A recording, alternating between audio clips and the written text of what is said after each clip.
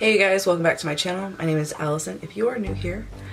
Today I decided to do a look with a palette I haven't reached for in a hot minute, which is my Sunset palette.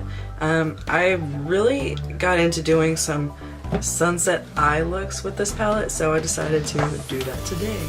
Mine looks a little bit different. I have this like metal shade in here. I kind of mix and play with some of these, so I'm technically going to be going back and forth between my Star palette, which is really kind of my custom favorites, to use some shades that are from the Sunset palette. So I'm going to zoom you in and yeah, we'll get started. I'm going to mix this pink and this orange together to go through the crease.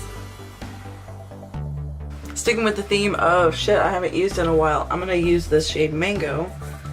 Since I swatched all my yellow eyeshadows, I know that this one is better than the one in the Natasha Denona palette. Let me tell you one thing, and this is true as all get out. The issue with having a bunch of makeup brushes, it makes you indecisive as fuck about which brush you want to use. And so now I'm just using that Sweet Tea shade. And so what I really love to do with this look is these duochromes from the Sunset palette. This one, which is like a yellow orange. It's very unique. It's so pretty.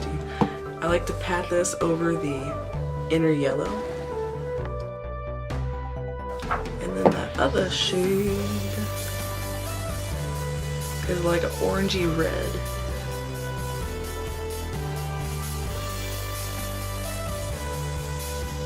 From there, I'm just going to tightline and all that magic with some black and then mascara. So here is my sunset look with my Sunset palette, revisiting palettes of 2018, I guess is where we'll go with this.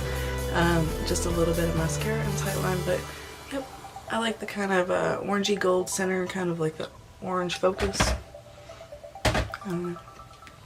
Anyway, thank you for watching this video. Please give it a thumbs up.